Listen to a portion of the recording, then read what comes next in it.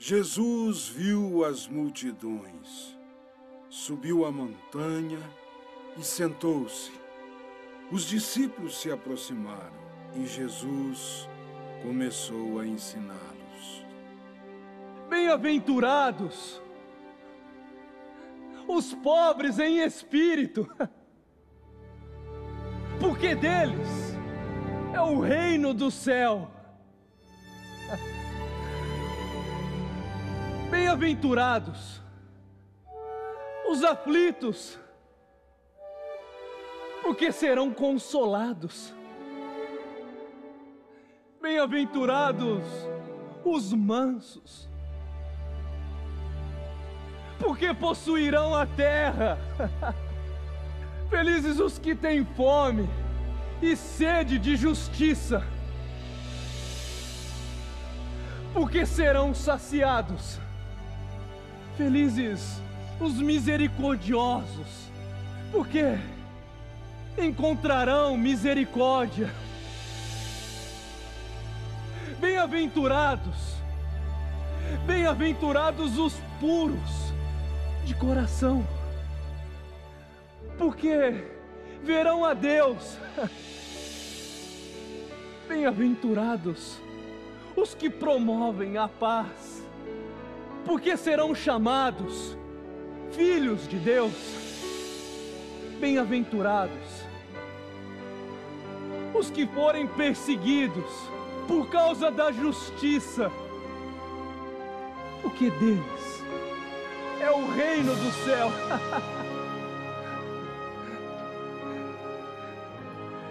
Felizes são vocês se forem insultados e perseguidos, e se disserem todo tipo de calúnia a vocês por causa de mim.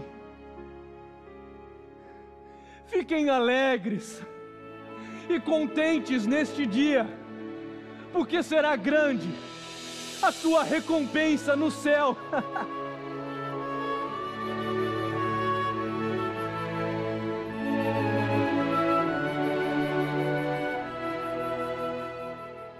Queridos telespectadores, queridos irmãos e irmãs, uma saudação a todos vocês.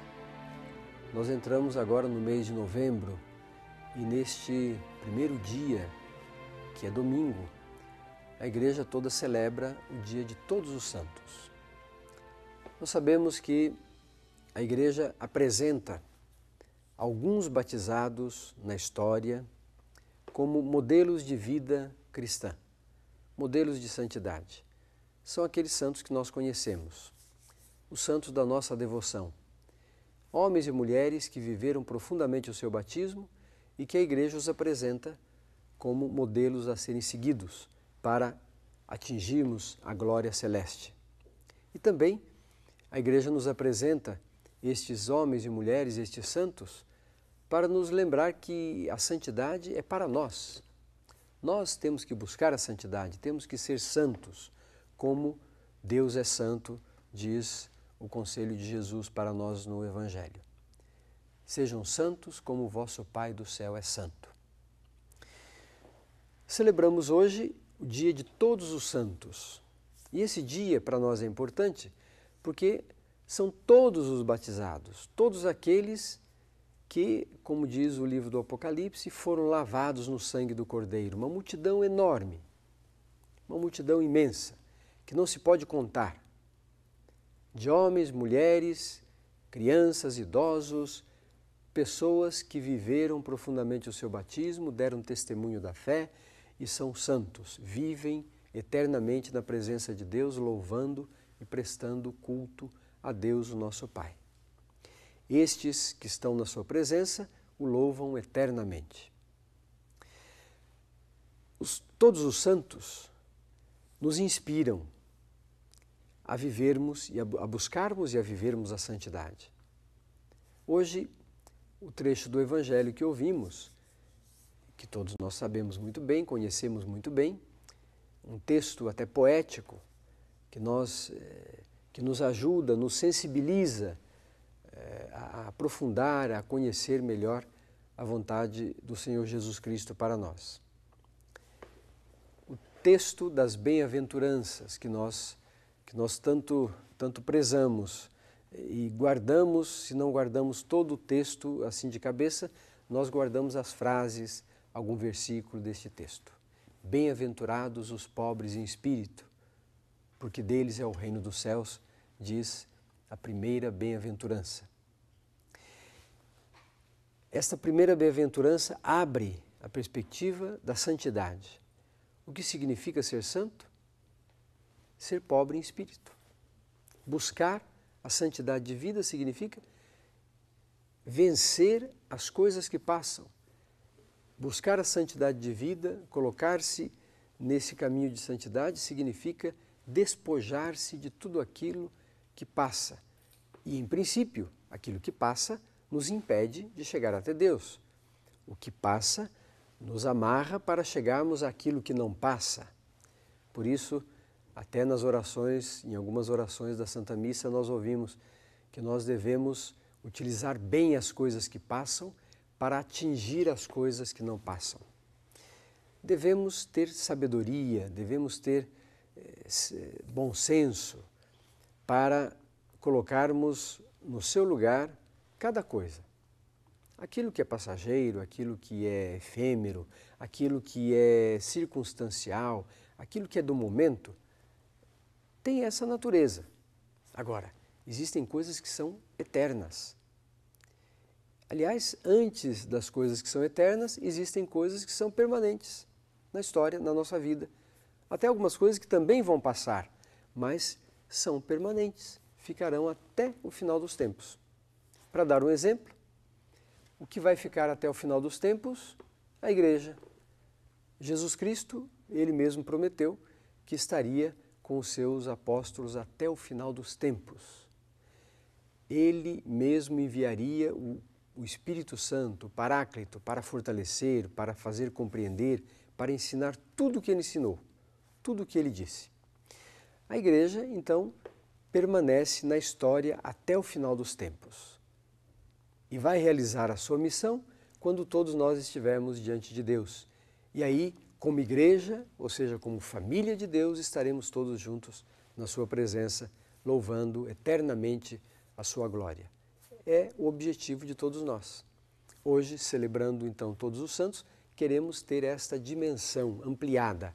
Nós queremos chegar até Deus para celebrar permanentemente, eternamente o seu louvor. As bem-aventuranças ainda nos ajudam um pouco mais nesse momento em que estamos. Todas e cada uma delas vão apresentando situações muito importantes e por isso nós dizemos que as bem-aventuranças são como que faróis da santidade de vida. Se nós quisermos buscar essa santidade de vida, vamos pautar a nossa vida, o nosso dia a dia, pelas bem-aventuranças. Todas elas nos ajudam e nos fazem crescer cada vez mais. Mas queria destacar uma outra bem-aventurança do texto para nos inspirar, para nos ajudar.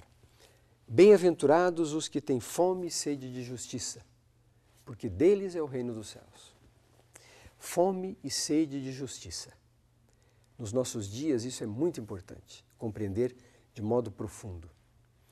Ter fome e sede de justiça não é ter fome e sede de vingança, de impor aos outros algum sofrimento, de fazer uma espécie de retribuição daquilo que a pessoa fez ou deixou de fazer. Justiça é estabelecer, do ponto de vista humano, aquilo que é de cada um. O que é justo? Aquilo que é meu. O que é justo para o mundo? Aquilo que é de cada um, de cada ser humano. Porque justiça tem a ver com cada pessoa, tem a ver com a vida que nós vivemos. Então aquilo que é justo é aquilo que é de cada um e não de outro. Aquilo que pertence a mim, a minha vida, os meus sentimentos, a minha individualidade, a minha história, isto são coisas minhas. Outros não podem tomar isso para si. Então, justiça significa dar à pessoa ou permitir que a pessoa tenha aquilo que é dela mesma. Aquilo que nós poderíamos até dizer em outra linguagem, aquilo que é o direito fundamental da pessoa. Nós podemos até elencar o direito à vida, isso é de cada um, ninguém pode mexer nisso. E quando alguém mexe nisso, transgride a lei divina e a lei natural. Transgride. Alguém que mexe naquilo que é a vida da pessoa, ela transgride uma lei que não é dela. É Deus que colocou na natureza, Deus que instituiu isso, é uma lei natural. O direito a coisas necessárias para a vida inteira. O direito à saúde, o direito à educação, o direito à formação, o direito a ir e vir. Vejam, são direitos das pessoas. Esses direitos que a pessoa tem, se vividos, estabelecem que existe justiça. Quando a pessoa não pode viver esses direitos, não pode exercer esses direitos, se estabelece uma injustiça. Bem-aventurados os que têm fome e sede de justiça, porque deles é o reino dos céus. Ou seja, se nós queremos viver a santidade, buscar essa santidade de vida, devemos ser justos e devemos ter fome e sede de justiça. Justiça para que o mundo seja uma família. Justiça para que as pessoas se compreendam, se ajudem.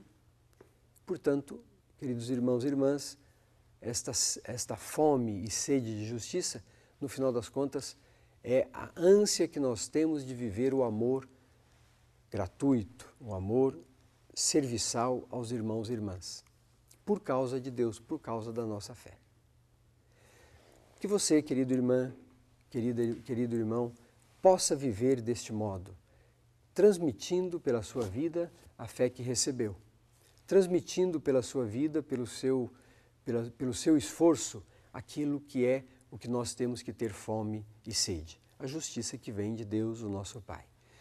Que a tua vida seja um sinal, seja uma indicação de que o Senhor Deus nos ama, cada um de nós, e inspira o nosso coração para vivermos na sua paz.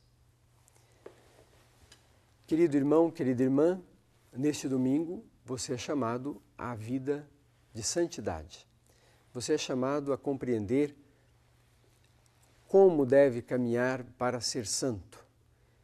E é chamado também a compreender que a santidade não é algo que está absurdamente distante de todos nós. Não. O Evangelho nos diz que a santidade é possível. Nós podemos viver a santidade de vida pautando a nossa vida, o nosso dia a dia, pelas bem-aventuranças. Se buscarmos compreender, viver e testemunhar essas bem-aventuranças, a santidade de vida em nós será uma realidade. Não será um sonho, não será uma ilusão para depois da morte, mas será uma realidade que nós viveremos já. E vivendo esta realidade, nós preparamos a nossa presença diante de Deus para louvá-lo e amá-lo eternamente.